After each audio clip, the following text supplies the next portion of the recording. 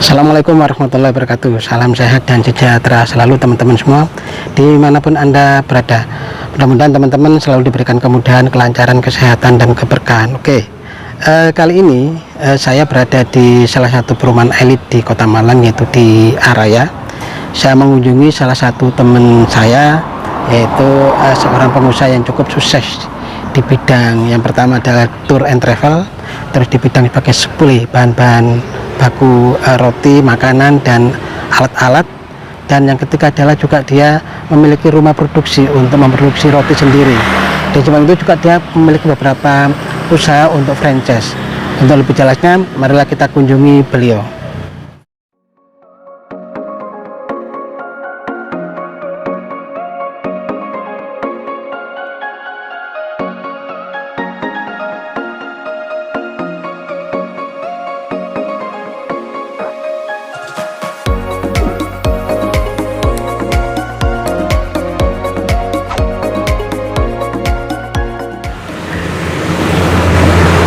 Assalamualaikum Pak Bas. Waalaikumsalam warahmatullahi wabarakatuh. Pagi Pak Fadil. Kabarnya Pak Bas? Alhamdulillah baik Pak. Nah, ini kita sudah lama sekali tidak berjumpa dengan Pak Bas. Tolong Pak Bas untuk saat ini diceritakan. Mungkin Pak Bas sudah banyak track recordnya tentang usaha. Mungkin pengalaman atau sejarah usahanya. Ya baik. Kalau sejarah usaha kita mulai dari mungkin dulu saya pada waktu kuliah itu sambil belajar usaha. Nah, saya kebetulan di Jakarta. Kuliah itu saya megang 3 apotek. 3 apotek. 3 apotek. Itu tahun berapa Pak? Tahun 73. 73 sudah. Ya, belum itu punya om saya. Oh gitu. Jadi om saya punya pabrik farmasi PT Dupa, tapi punya 3 apotek. Nah, apotek 3 itu yang ngelola saya sambil kuliah. Tapi karena masih kuliah cuma tahu teori tok, nggak pernah aplikasi di lapangan, uangnya habis. Uangnya habis. Setelah itu baru saya belajar untuk kerja supaya tahu. Kerja saya dulu di Unilever. Unilever di Jakarta. Consumer produk.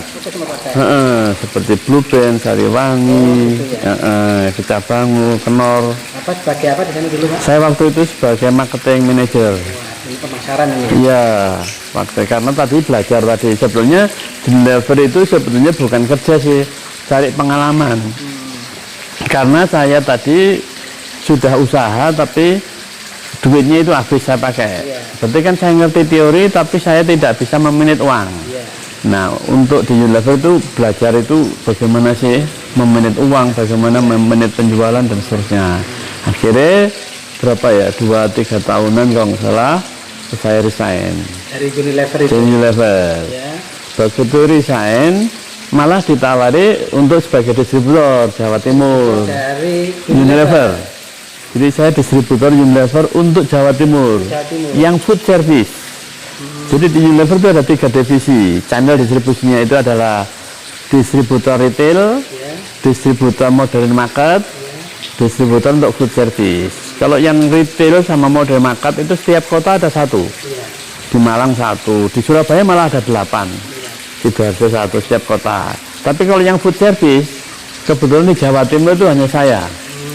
Jawa Timur itu food service saya. Jadi food service itu tidak jual sabun, tidak jual odol, tapi khusus food.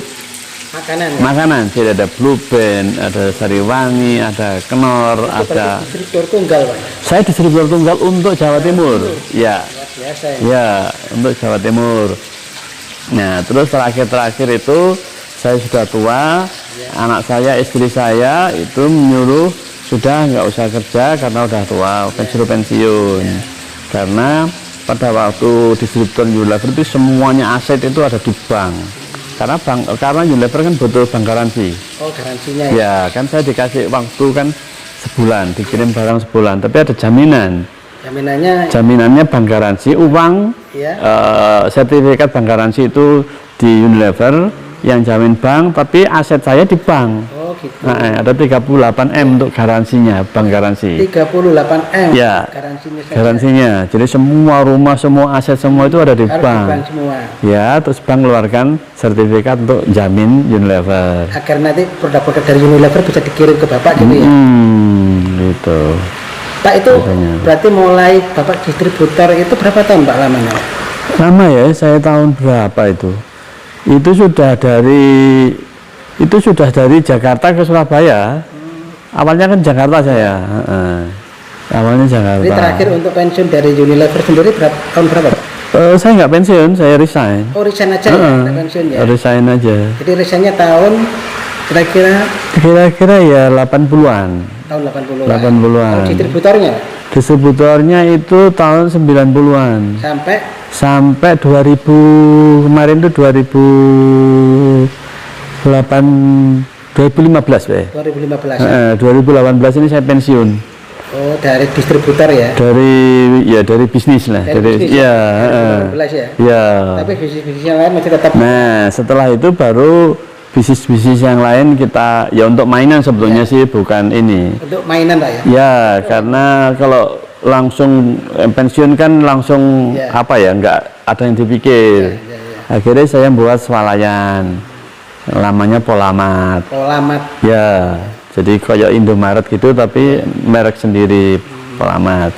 Tapi sekarang masih tetap jalan Pak ya? Kalau itu sudah enggak. Polamanya sudah enggak. Itu ada 38 outlet ya? Ada di Tuban, di Surabaya, di Sidoarjo, terus yang banyak di sana Kalimantan. Si Samarinda, Muara Jawa, di sana.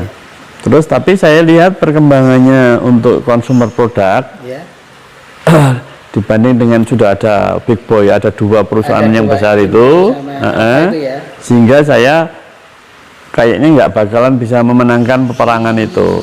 Ya udah saya tutup, terus saya bikin mainan itu. Nah pada waktu saya buka outlet di Samarinda di Balikpapan itu, saya kan suka kontrol anak-anak. Nah di situ saya menemukan bisnis baru, yaitu tour travel. Karena saya ini merasa bahwa setiap kesana itu mesti istilahnya itu penuh, delay gitu. Akhirnya bikin sendiri. Nah akhirnya istilahnya itu kok tumbuh industri ini tumbuh. Terus begitu melihat peluangnya itu saya coba istilahnya survei gitu ya, perusahaan travel yang sudah existing itu seperti apa dia, tahu nggak pertumbuhan bisnis ini itu tinggi. Nah rata-rata mereka itu masih konvensional. Nah kalau saya mau masuk ke dalam satu industri yang sudah established, kan saya harus punya diferensiasi. Akhirnya saya buat sistem gimana caranya orang itu bisa beli saya, terus saya franchise kan itu. Turnya kan travel tadi, jadi orang beli tiketnya, beli untuk tiket, untuk hotel, untuk kereta api, untuk PPOB. Nah itu belum ada Traveloka, saya sudah buat. Tapi saya buat itu yang B2B.